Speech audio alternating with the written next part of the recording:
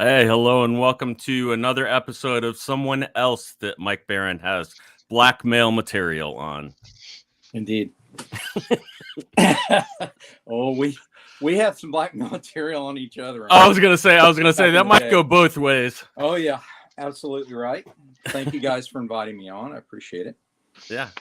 Well, Dean and I worked together on Hawk and Dove for DC, and Dean's been a master illustrator for many years, and he's gone independent in the last couple of years through his own Silverline comics. But Dean, let's get into the beginning. How did you break into comics? Well, at the time, I was working in advertising in Atlanta, Georgia, and I was working for a small creative department for a huge department store named Macy's, and they had a store there at the time, and we were being low man on the totem pole there, just hired. I was one of the crew asked to do inventory, and back in those days, that meant staying up till midnight and counting merch, right? So we're in the downtown area mall there. I think it was in Buckhead, and we're counting inventory for Macy's, and I walk by a Walden Books, I think it was, and I see one of those turnstiles, a spinner rack, and I see a comic book cover, and it was just not that great. You know, the drawing wasn't that great. So, you know, this little voice, it's like, I can do better than that. And then I heard another voice say, why don't you prove it then? So from that point on, I sort of went, I've got to prove that I can draw better than some of these guys getting hired to draw comics. So there was a resource book at the time called The Artist's Market. I don't know if you remember that, but it was sort of a guidebook on how to promote your art, how to get work commercially, whether it was fine art or commercial. I mean, I was an illustrator at the time, just getting work wherever I could. So I started submitting, and you know, I got the typical rejection letters. You need to work on this. You need to work on that. So time passed, and I'm in a copy store, and I'm making copies to submit. And a gentleman by the name of Roland Mann walks into the copier store, and I don't believe this was by accident by any means. He looks over and he says, "Hey, did you draw those pages?" "Yeah." "Well, what are you going to use them for?" "I'm submitting. I'm trying to get work." "Where are you sending them to?" "Marvel, DC, you know, the usual." And he goes, "Well, I actually just got hired by a small company out in Malibu as an editor." I said, "You're kidding." No. He said, "Can I take these with?" I'm like, "Sure, here, take a couple of stacks of these things." So anyway, long story short, too late. He gave me the opportunity to draw my first full color superhero comic called The Ferret way back in the early 90s. I think it was 93. And it has the unique quality of having the very first die cut cover for Ferret #1. And it just started from there. That led to me getting other work. You know, going to shows helped, of course, going to San Diego and networking.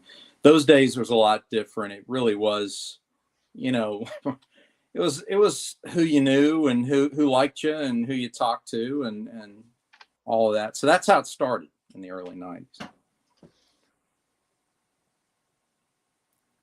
And Roland, if you're listening to this, he wants to do another die cut cover really badly. You know, yeah. We just get a cookie cutter and sharpen the edges, and we'll use that. Nice sharp X-Acto will take care of that. Another foil cover, perhaps an embossed cover. I joke with them all the time. I want to do a spot varnish embossed, you know, foil. Anyway, so we've reconnected. You know, fast forward from those madcap days in the 90s, and about 6 years ago, we reconnected via, I think it was Facebook, and I said, you know, what are you doing? And he talked about, you know, well, I looked into getting some work for one of the big two again, but it just wasn't going to work out. They wanted me to move out to Burbank, and they weren't paying me, you know, anything. And I said, well, are you going to start back up? He said, I'm thinking about it. And I said, well, what are you thinking about? And we talked about Silverline, which is a small publishing venture he had started in the late 80s. And he had a book called Cat and Mouse. we talked about it. We came up with the idea of me drawing issue number 1, and one thing led to another, and he decided, well, let me start this up again. So it's been going for about 6 years. We got about 30 titles. There's a lot of folks there from the Malibu days, and a lot of veterans there from from the 90s who are still working, and some new folks too that Roland taught in school. He's actually teaching sequential art as well as writing some of the comics. So that led me to get back into the industry. Keep getting pulled back in, like Pacino. But it's fun. I never really stopped doing it. It was one of those things where I had to get a regular paycheck and things like insurance and maybe some retirement. So it was like I had to get what you'd call a real day job in the early 2000s, and I've stuck with that for almost 20 years now. Working for FedEx by day, comics by night. I actually draw airplane parts for them, for their pilot school. So that's kind of the day gig, and then still do this when I can, nights and weekends, much to my wife's chagrin. And are you still drawing? Yes, I'm done yet. So, but no, she's very supportive. I joke around. But yeah, so I'm still doing this stuff. And like Mike said, he and I worked on Hawk and Dove back in the 90s. And then we actually pitched some stuff to Marvel. You remember that about 10 years ago, Mike? We pitched some stuff to Marvel and DC. And this was the beginning of them sort of going, you guys are too old. We don't, nah. Yeah. Yeah. We weren't cool anymore. So like, okay, we'll just take our stuff and do our own stuff, which, nowadays with the internet as your distribution, so on and so forth, it's more viable to go that route, and actually cooler because we're the gatekeepers in a way.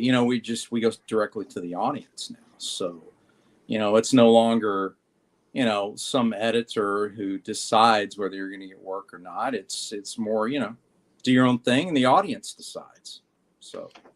Yeah. So speaking of Marvel, and I know this is backtracking a little bit. Yeah. Were you there when Marvel bought Malibu? I'm wondering what that was like. That was a lot of politics and a lot of gossip and a lot of turbulence. Yeah. The long story short was both DC and Marvel were interested in Malibu. That's right. They were both negotiating, behind the scenes, and all the suits were having their talks and, flexing their muscles and so on. And the way Roland tells it, he was actually privy to a lot of these backroom conversations. I get it secondhand, but he said basically that Marvel bought Malibu basically as a color house, right?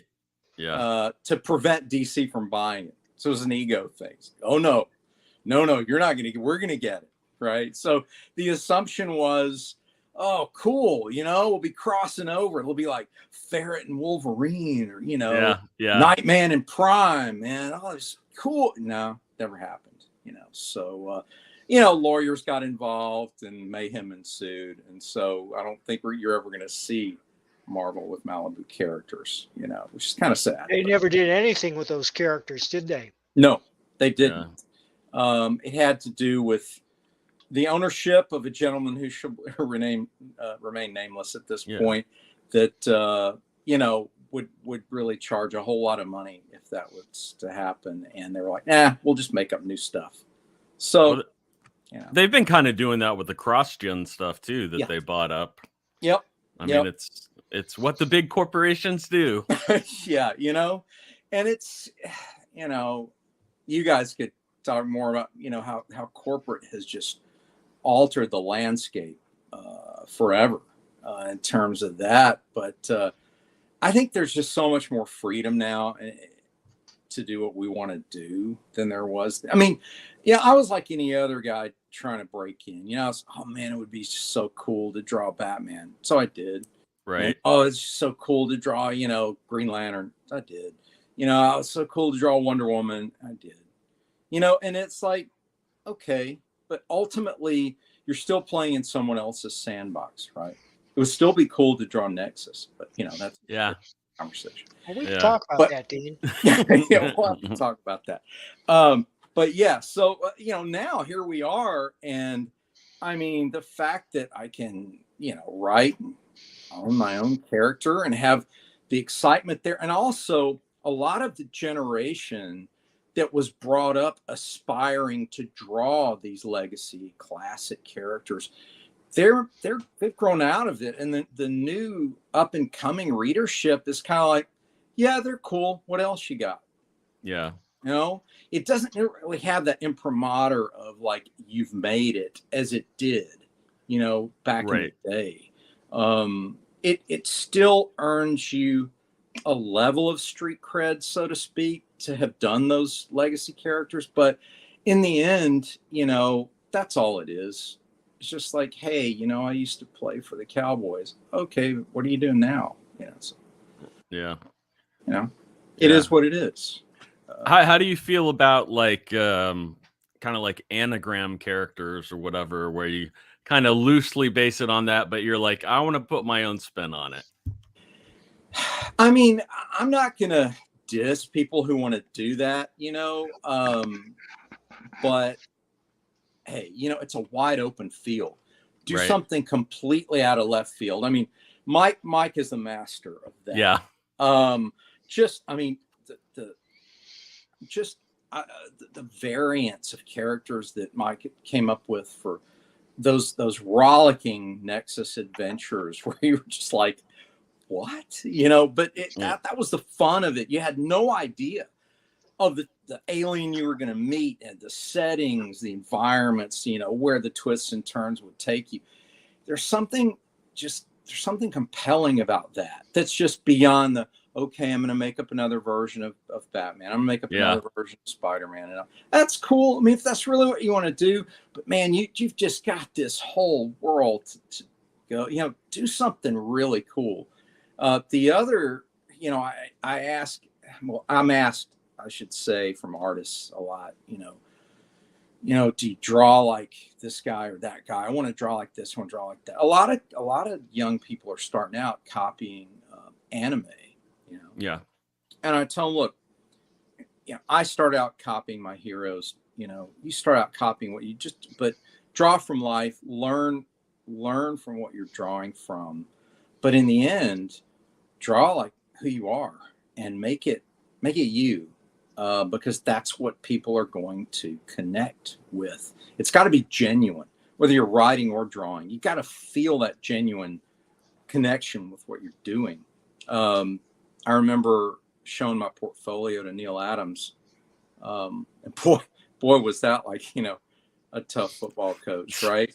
And I was talking about style, and he goes, you still got a lot of work to do before, you worry about losing your style. He's like, you gotta practice more. He's like, use photography, use reference, this and that. I mean, he just ripped it up. So I went back home and I went to the drawing board, and I had photographs of everything taped up, on the drawing board. And, after about a year, I could see the work was improving. And I tell young artists, draw from life, draw from photographs, draw from reference. Don't worry about a style right now, when you're starting out.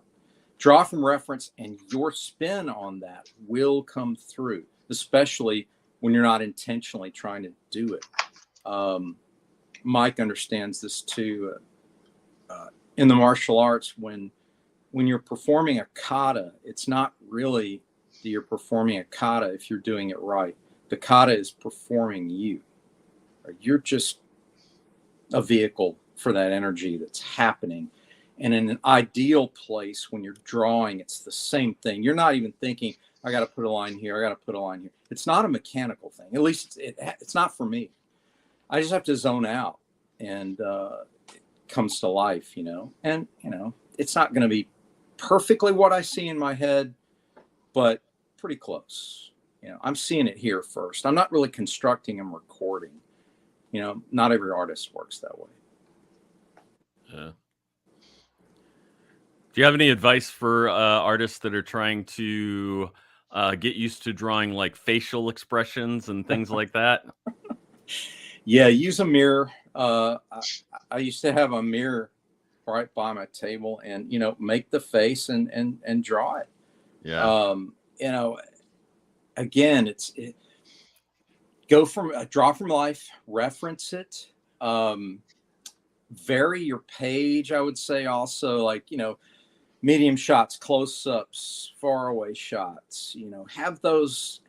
Have a variation of those on every page if you can. And if you're going to do a close-up, take the time to structure the face. If it's going to be a grimace, you do it right. If it's going to be a smile, if it's going to be a frown, and pay attention to eyes. Hands and eyes can tell so much. Bern Hogarth wrote a whole book about hands. Just hands. Just hands. Gestures. There's a level of theatrical gesturing that goes on in comic books that really helps not only communicate whatever the emotions are that you're trying to get across, but also it can lead you to the next panel. One of my favorite things to do was give the characters, when they're in their street clothes and it's not a spandex fight scene or something like that, I like giving my characters business to do, right? So they're pouring themselves a glass of wine, or they're smoking, or they're smoking. I know it's not politically correct. Gosh, right? I mean, Wolverine should be smoking. I mean, come on.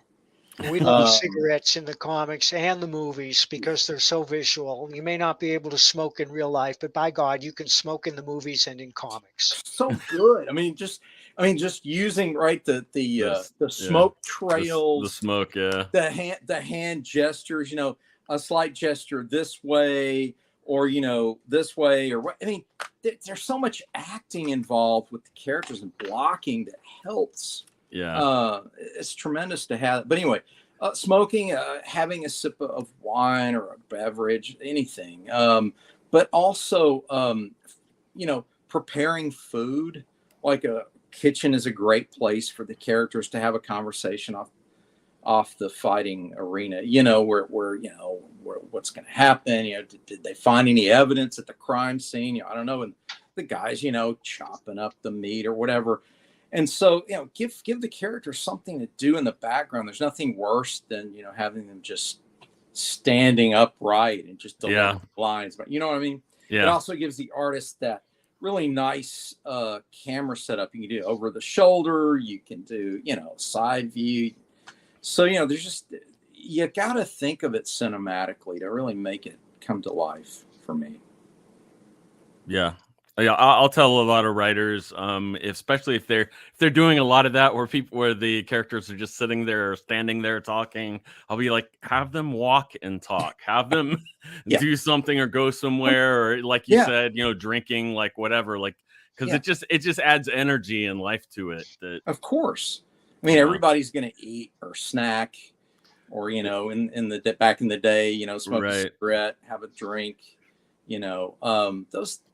that makes for a lot more interesting scene. And the fight scenes as well, give them something. There's nothing worse than there's convention in some script writers now where they'll, for the big two especially, they're so absorbed with dialogue. And I'm not against dialogue. Dialogue's everything. Yeah. But the fights will literally be dialogue splattered around a feature shot of like Spider-Man in a pose, right? Right. And you'll just see a couple of shots, maybe little bitty silhouettes of the fight scene, and then it's over, and then we're back to talking. It's like, no.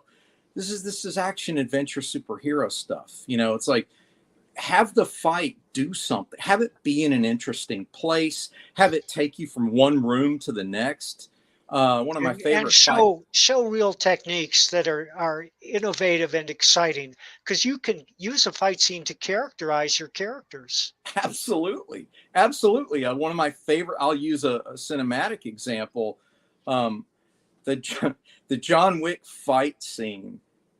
Where where he's followed the Russian gangsters, you know, into their club, and he's making his way toward the main gangster. He's going, and he's just using everything in the environment, you know, and he's he's actually running out of ammo in his clips, you know, and he's throwing it down. He's grabbing the bad guy's gun. He's shooting. I mean, and again, it shows not only the jujitsu that he's using, because he'll tie somebody up and flip them and armbar them on the ground, and then shoot another oncoming guy and another oncoming guy, and then take the guy out that he's got held down. You know, it's the practical nature of the action scene taking you somewhere.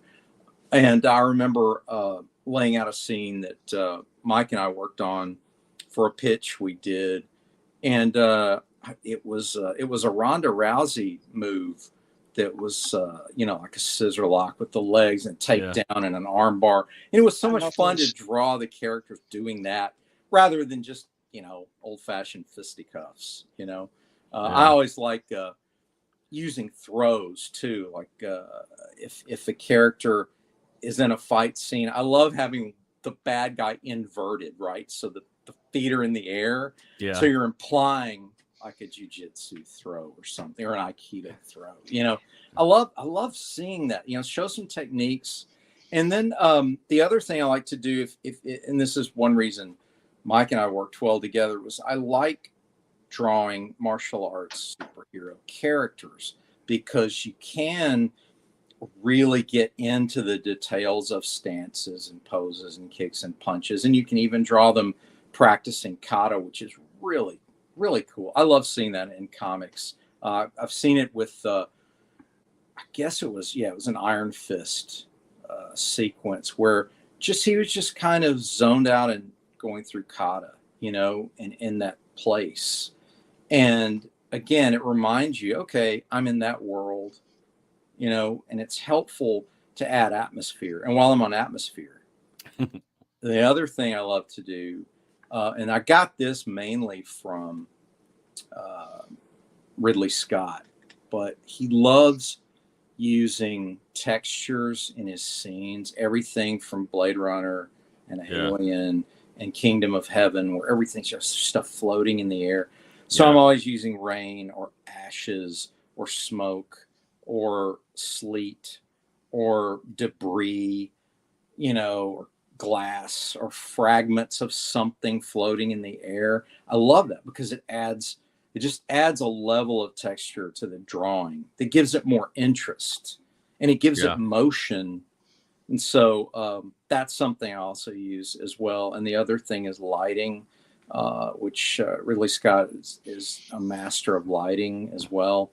Because if you go back and watch Alien, the very first one, it's not a huge budget, but it's all smoke and fog and lights and sirens and you know, he just masterfully told this story, and you're like, I'm literally just looking at, you know, the actress running through the same hallway with different smoke and lighting, and it's you know, it's the cinematography, but it's her acting, it's everything together.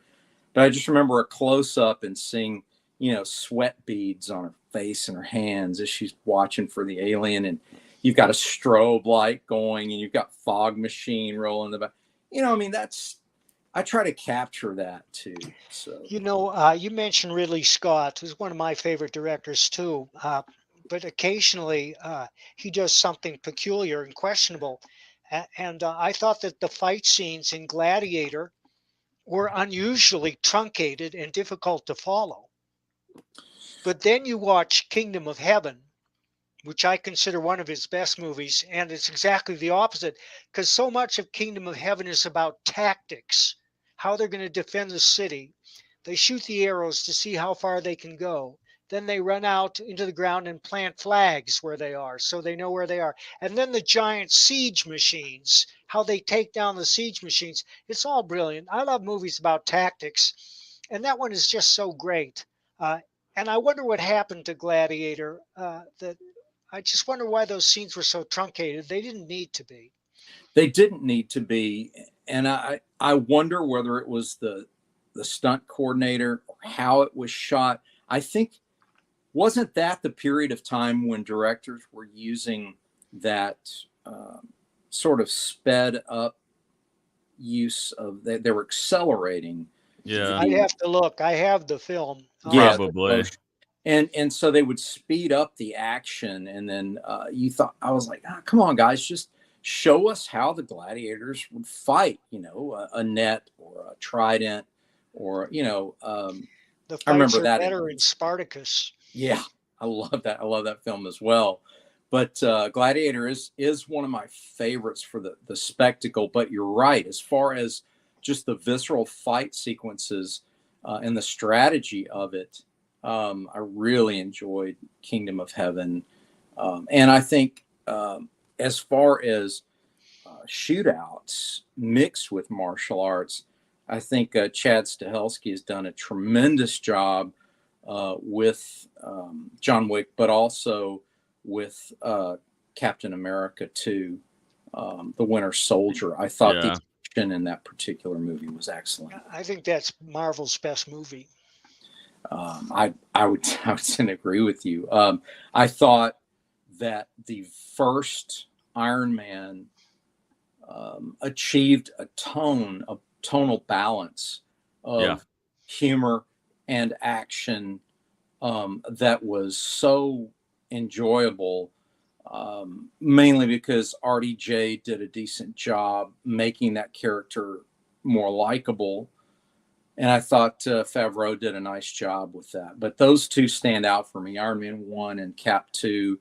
Cap 2 probably edges it out just because of the action and the fact that I felt like they got Captain America right in that movie. Because I've discussed this before on a stream, but it's difficult for writers today to capture what I call Boy Scout characters, Superman and Captain America being the two come to mind. They seem to either darken them too much or they mock them through the dialogue of other characters. And that's a shame, because the iconic nature of Superman, for example, I've always considered his primary superpower to be his ability to restrain himself and not just rule, because it's that virtue of humility, right? That, I'm basically a godlike being. I could just tell these poor fools what to do and just punish them if they didn't, right? But instead, he's a public servant, right? And he is the Boy Scout that tries to do the right thing. There's not enough of that. People have this sense of outdatedness with virtue, and I think it's the opposite. We've never needed it more than now, in my opinion. And you can write characters that are Boy Scouts, and you can write them well. And I think that's an example. Cap 2 is an example of that. His dialogue and his behavior in that film show you everything you need to know about, hey, there was a time when, those virtues were admired. And if you write them well, they can be admired again. We've had plenty of anti-heroes. I was a teenager. I liked all the anti-heroes too. I liked, The Man with No Name and, Escape from New York and all that. I loved all that stuff, but I really was drawn to, if you had a Boy Scout character and he was well written, the Cowboys, for example, Gunsmoke. You're probably too young for that, Jeff, but Mike and I remember. I remember Gunsmoke. Do you remember Gunsmoke? Right? Yeah. So the idea, right, of having, High Noon, the character, the guy who has been there, he's seen it, he's done it, and he knows that at some point you just got to take the bad guys out, right? And he's not necessarily taking a lot of pleasure in that, but he's doing what's necessary. I was really disappointed, for example. I'll use a current example. Everybody loves Yellowstone, right? Yeah. And I like parts of what Taylor Sheridan is doing there in terms of showing the cowboy lifestyle, and in terms of their respect for, property rights and land and living in a style that's close to the land and so on. But I was really excited before the show actually was released because I thought it was going to be more like Gunsmoke. When I saw that Kevin Costner was cast, I was like, oh, dude, this is going to be awesome. He's going to be like the lone, Gary Cooper cleaning up a corrupt town and, that whole thing. There's a little bit of that, but I mean, he's just basically a gangster. I mean, it's his family of gangsters versus another set of bad guys. And so, it's bad guys versus bad guys, which, to each his own, you can do that too and make it good. But I was so hoping we'd have, the old fashioned, Elliot Ness in the Untouchables kind of thing. That's fun to me, Yeah, I wonder, did you see that they I saw an ad, and I don't know where or when it's going to be, but there's some kind of like documentary series or something he's doing on Yellowstone and yes. the original. I in some ways I think that might give us more of what you're talking about. Yeah, well, hopefully his fame is really that Gary Cooper-esque character that they see him as. And even though he's been written more as a, the head of a gang family who's going to do whatever they need to do to accomplish their goals. Right. People like it because of his past roles, it's arguably Dances with Wolves, Untouchable, Bodyguard. I have to mention a film he made very recently that very few people have seen. It's called Let Him Go, and it co-stars Diane Lane, and it's a masterpiece. It's a thriller set in the 60s, and I can't recommend it too highly. That sounds great. Is it on one of the streaming platforms? Yes, I took it out of the library. Okay. But you can find it on a streaming platform. Costner and Lane are two ranchers in Montana whose son marries a young woman. They have a boy, and then the son is killed in a horse accident, and the woman remarries into this family of scumbags. And one day they're in town, and they see her new husband first push the little boy who's 5 years old, and then he pushes the mother, and they realize they have to get him back. And it's about how they go to this family's place way off the grid in North Dakota and get him back. Oh, it sounds great. Also, both you guys have seen Treasure of the Sierra Madre, right? Of course. Well, there's a fight scene in there, which is the opposite of every fight scene we've ever discussed, but it's also probably the most realistic fight scene in a fictional movie that's ever been done. It's the fight in the bar when they're trying to collect their wages from the guy who hired them. You remember that? Yeah. And he hits them in the head with the bottle, and they end up rolling on the ground. Yeah. I mean, that's the way it is. That's the way it is. Yeah. And also the fatigue level, after a few punches and rolling around the ground, the fighters start getting tired, so things get sloppy, and that's normal. That's real. That's real. And I remember that. And I recall in an interview before Spielberg completely lost his mind, where he was asked about Raiders of the Lost Ark, and he said that he wanted the character of Indiana Jones to be reminiscent of that character in Treasure of the Sierra Madre. So, and in that first film, in Raiders, the introduction of Indiana Jones has a little bit of that flavor to it. You don't know who it is, and he steps into the light after whipping the pistol out of the guy's hand who's trying to get the jump on him. Is very, very cool. But I like that tone for a hero too. I think Indiana Jones fits into what I'm talking about, where he does what's necessary, but I would say he's a Boy Scout as well. In I guess alignment, if we're going to use RPG language here. Right? What's your alignment? Lawful good, lawful neutral, chaotic good, whatever. Well, speaking of that, you are involved with a role-playing game right now. I am indeed. I was contacted about illustrating a guidebook for an upcoming role-playing game called Light Raiders, which is going to launch in the late spring of 23.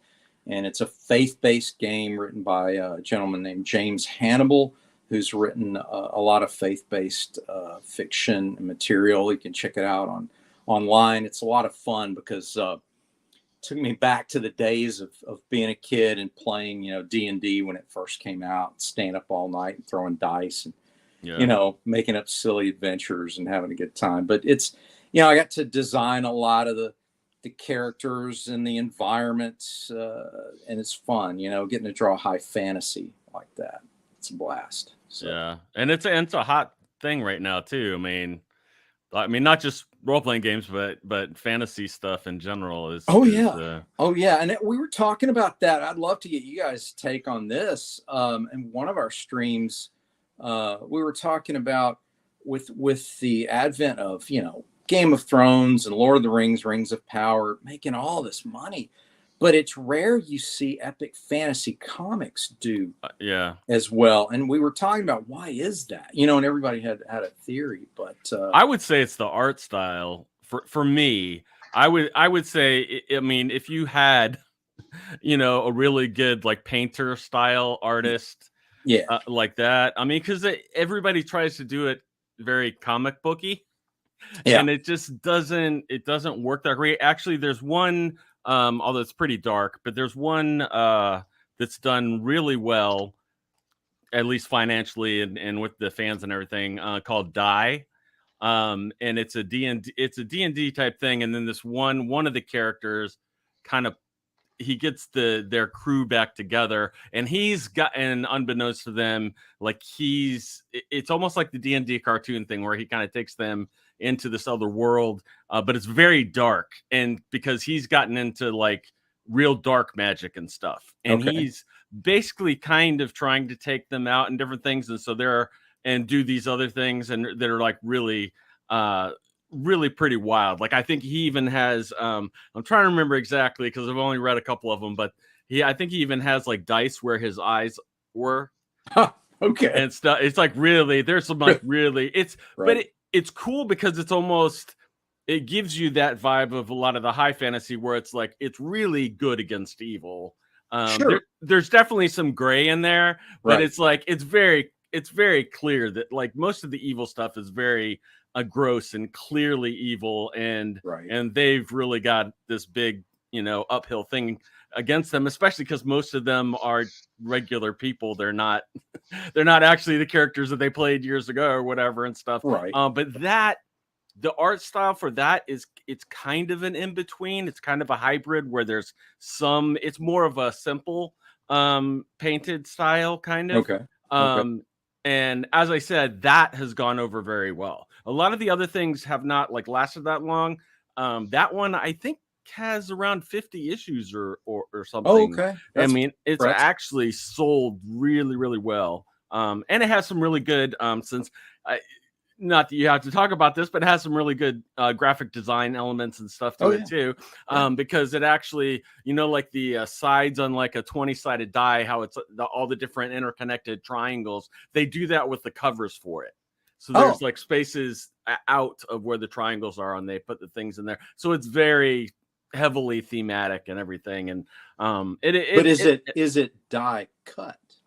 I would not be surprised if they did not have some sort of die cut version. But there definitely needs to be. There needs to be. CrossGen did a title, Sojourn. Yeah, it did really well. Pretty decent, right? Yeah. That had a real Lord of the Rings look because it followed the film. It came out right after Jackson's trilogy movies were done. So, but yeah, the epic fantasy material is really fun to draw, and it does.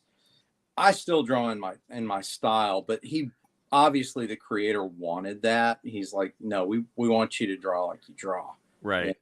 Even though you're drawing, sword and sorcery stuff, which brings me to like a lot of inspiration from Conan, because Conan's lasted a long time, and you could argue that's a type of epic fantasy. It's not, elves and orcs, but then again, it's got swords and sandals, man. Yeah. And again, though, that is a different kind of thing. Somebody mentioned that Sandman was fantasy, and it's done well. I was like, well, yeah, kind of.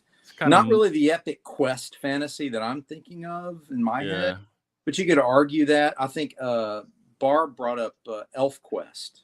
Yeah. Another one, right? So there've been some attempts out there. The other one that you don't see doing really well is like Halo or Call of Duty, right? You've got these video games going gangbusters with making tons of money, but where are the military, comic books? And I looked it up actually, and Activision actually put out Call of Duty comic, pretty high quality. But I think a lot of that has to do with the gaming experience is so real now that it's almost like, why do the comic when you can do the game? But then again, Mike can speak to this better than I can. The fact that, the Punisher was so successful for so long as well. It's interesting. Are they still, they're still doing the Punisher now. I know he's appearing in other books. It has become an embarrassment to Marvel, and they've turned him into a ninja. They've taken away the skull. The creator of the Punisher has declared he's ashamed that military and police use the symbol. And it seems like they're getting ready to finish him off. I think, one of the mainstream titles that I do follow because I like the art is Daredevil. And in the current Daredevil, they've made the Punisher the head of the hand. And Daredevil and Elektra are the head of the fist. And though they're going up against each other, I'm wondering if they're setting him up to be whacked in this particular story. I don't know. But I have to confess, I haven't read a Punisher comic in years. The only news I get from them is on the Facebook Punisher forums, which follow the character religiously. Right. I mean, John Wick, if the Punisher's so bad, then why is John Wick okay, right? But I guess Marvel wouldn't publish because he fights fantasy villains. Well, he also they killed his dog. So true. I explained that to my wife. I'm like, you got to watch this with me. And she's like, what? Shoot him up. I said, I know you like spy movies. This is a little more of a shoot 'em up, but you'll like this. Once we got past the dog scene, she was right there with him, man. She was like, take him out. But the emotional engine of that just really carries you through. Oh yeah, and I like the and I've told a lot of people too. It has some of the better world building in in an action movie. I mean, with the whole hotel thing and everything. I'm actually interested to because they're still talking about doing the TV show or whatever. Around the hotel and everything, and I'm pretty interested to. I think that's a cool. There's a lot of neat stuff you could do with that. They lost me with the last one. The last one was a little high table. Yeah. Dean, tell us about Cat and Mouse. Cat and Mouse. We got started with that in 2016, and we wanted to bring it up to date. Roland's original idea was that these teenagers. One had run away from home, and he was kind of a sort of a goth girl, rejecting parental authority and stuff. She runs off to New Orleans, and her sister's ex-boyfriend decides to go chase her down, and he's had some training in law enforcement.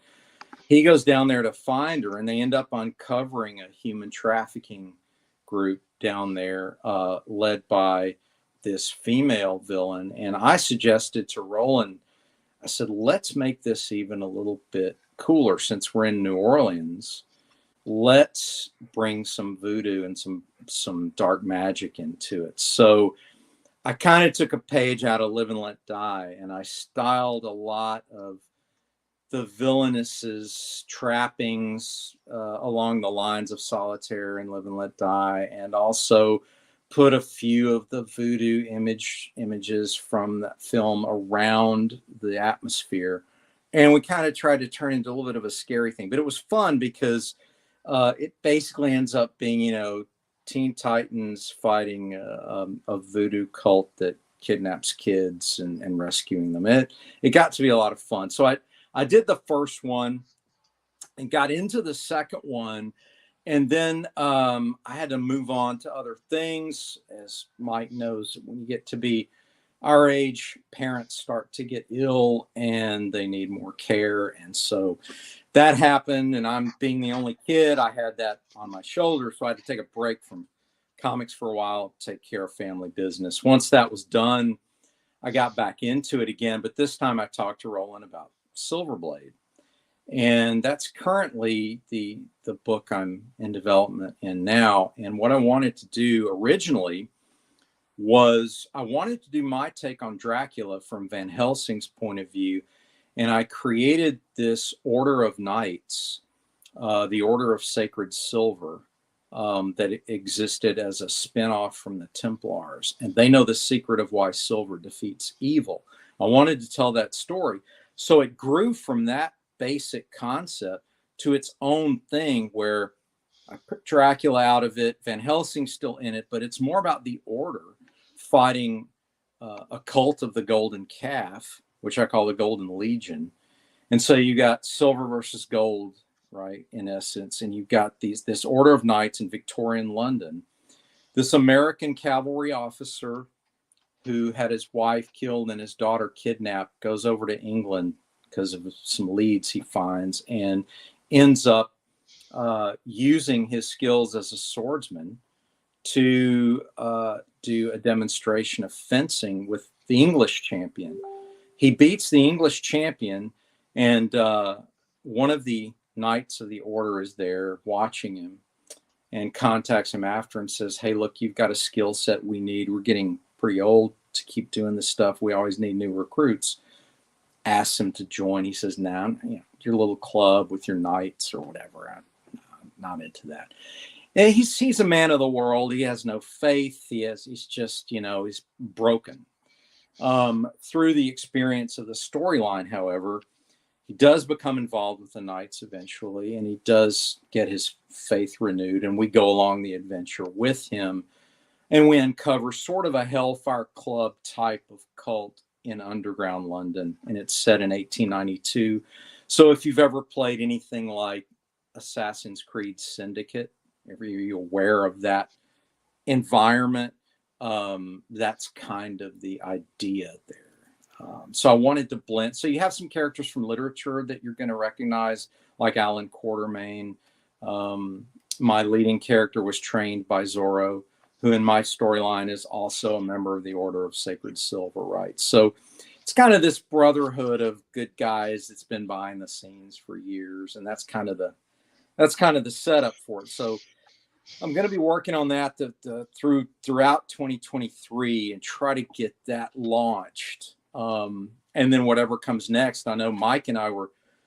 Did you ever hear back from that gentleman who had talked to you about possibly doing a storyline about, it took place on the border. It was similar to your Private American book. I wondered if that ever manifested. You mean Nick Searcy? Yes. Well, we're talking, and Nick is a great guy. He's been very helpful to me. You know, he's a well-known actor. Absolutely. Yeah. But right now, he gave us permission to use his likeness in a graphic novel. We're adapting John Ringo's zombie apocalypse novels into graphic novels, and Nick's going to be a bad guy. But I would love to hear his idea for a border story. In fact, I'm going to ask him to send it to me. Good. Because as I said, that would be something fun and exciting to do too. Would you be interested in illustrating that? Absolutely. Yes. Absolutely. Well, I'll keep that in mind. Please. Yes, please do. I like stories where you have a clear definition of good and evil. Absolutely, me too. I like where the I bad talk about guys that all the time. are bad and the good guys are good, and it doesn't have to be in a cheesy way or No, it doesn't. No, childlike. it all depends. It's not what you say; it's the way that you say it. The way that you Yeah. say it. Yes. You know, In fact, John Gardner wrote a book called On Moral. He cut himself. he's cycling. I think Is probably lots of noise with the dogs or got it. wife or That's okay. Garage door opener. the But in On Moral Fiction, Gardner argues that the audience wants to see good rewarded and evil punished, or they will feel cheated. And I Correct. agree with that for the most part.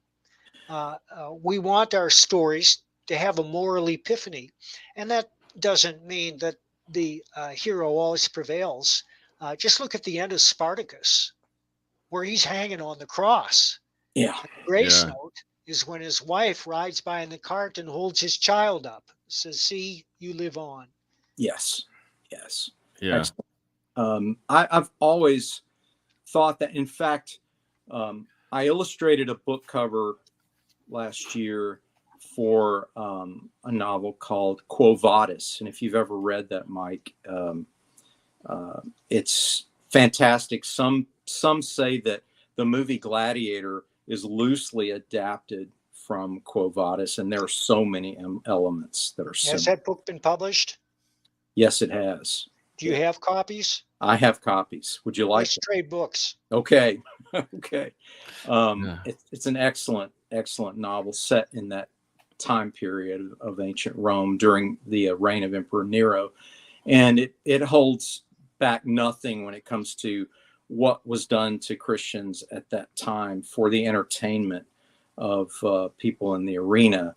And it's horrifying. And the storyline is excellent. I don't want to give any of it away, but it's an excellent novel.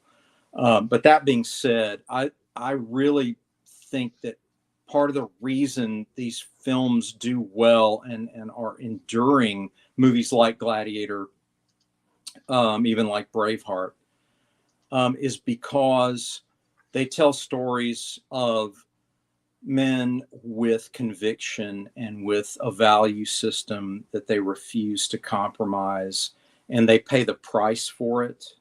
And yet, as Mike stated earlier, evil is punished and good is rewarded. And that resonates beyond America. It resonates worldwide. It resonates on a human level.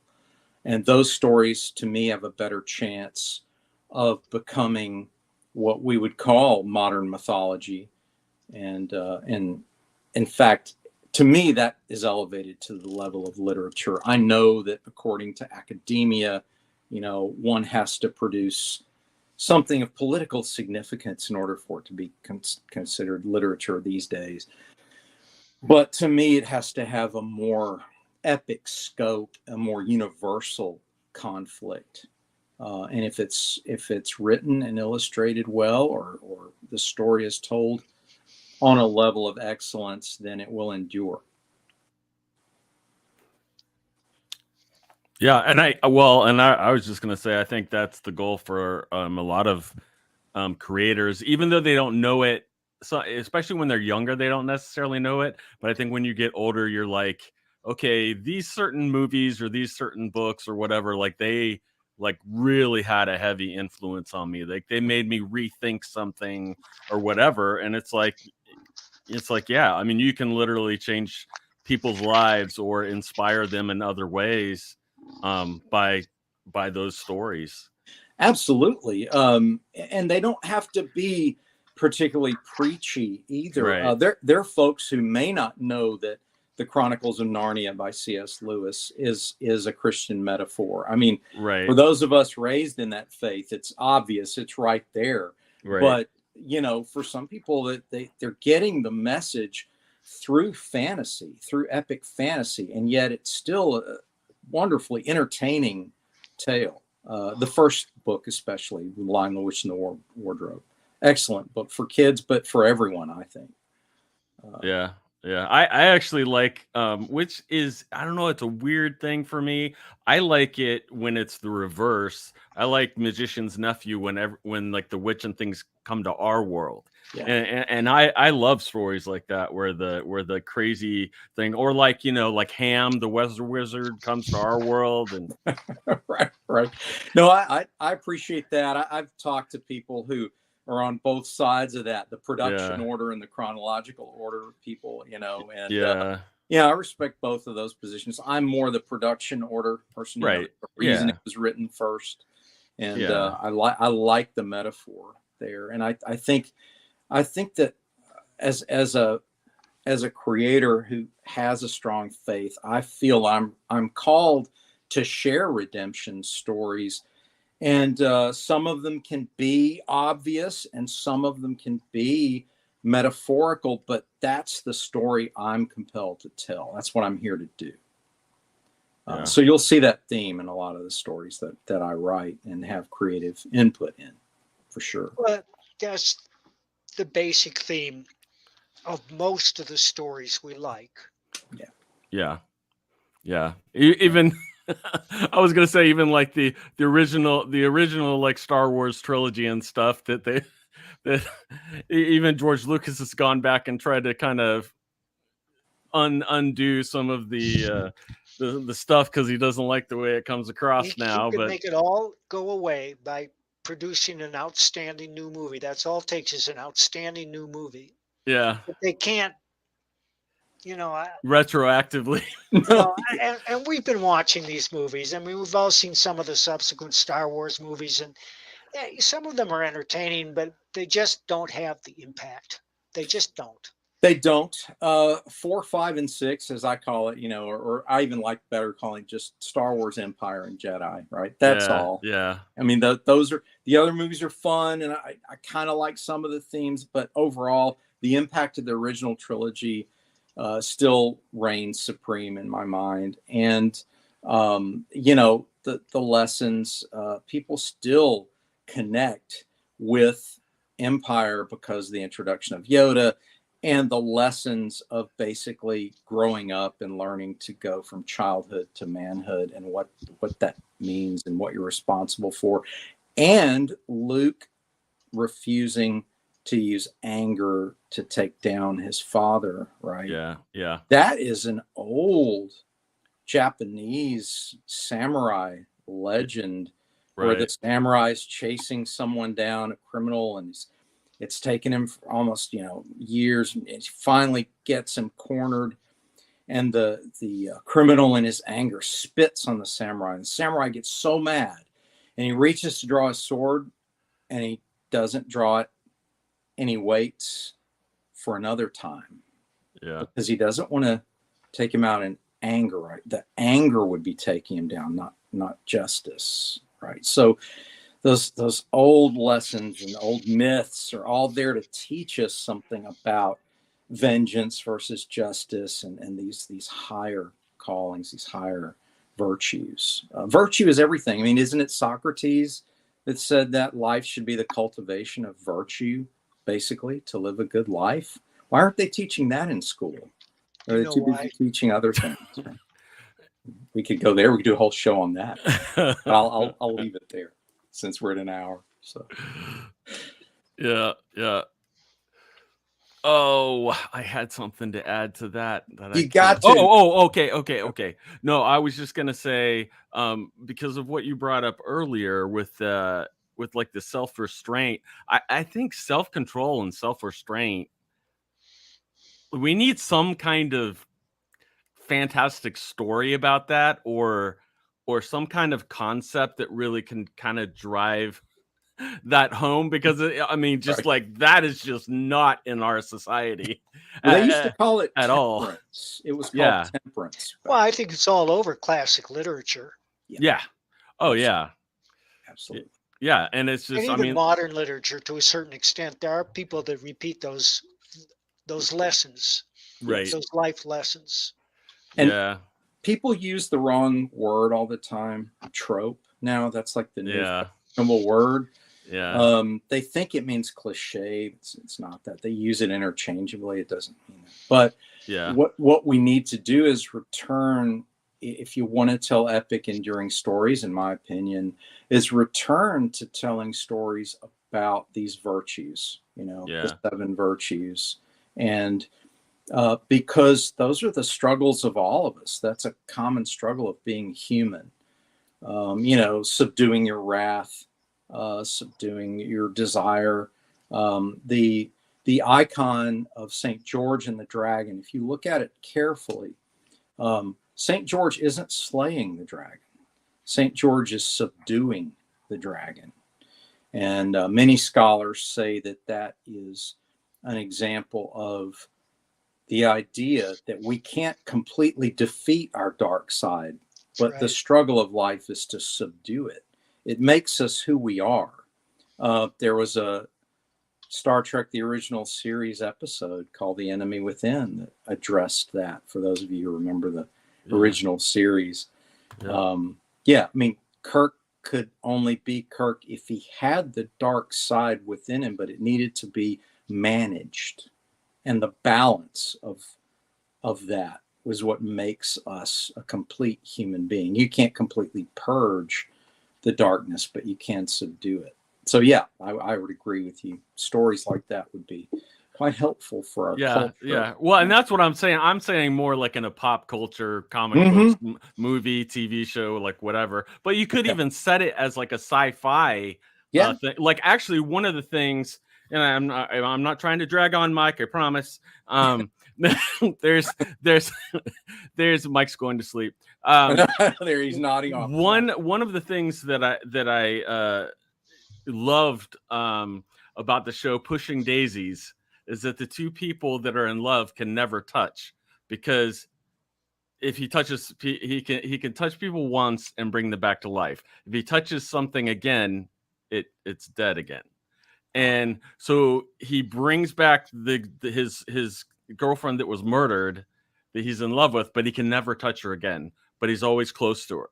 And like that's one of the better self-restraint things, because it's like I can always be with her, but I can never touch her. And it's like, and it's just the real love that like of their relationship that comes across from that is like, I mean, so many people, especially females, but a lot of people in general, like that is one of the most romantic shows, because it's just, they really have to just love each other and never touch, or else she's dead. Yeah. But and there's some interesting twists or whatever you could do with something like that would kind of give a restraint message. But yeah.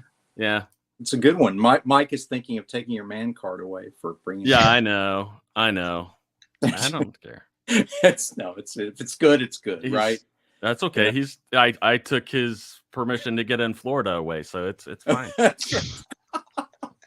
You would be a perfect fit for Florida, dude. I mean, that's actually really true. I mean, right? I mean, why isn't Mike in Florida or Texas? I've been there many times, but Jeff's going to be in the next book. Oh boy! See, excellent. That's gonna be interesting.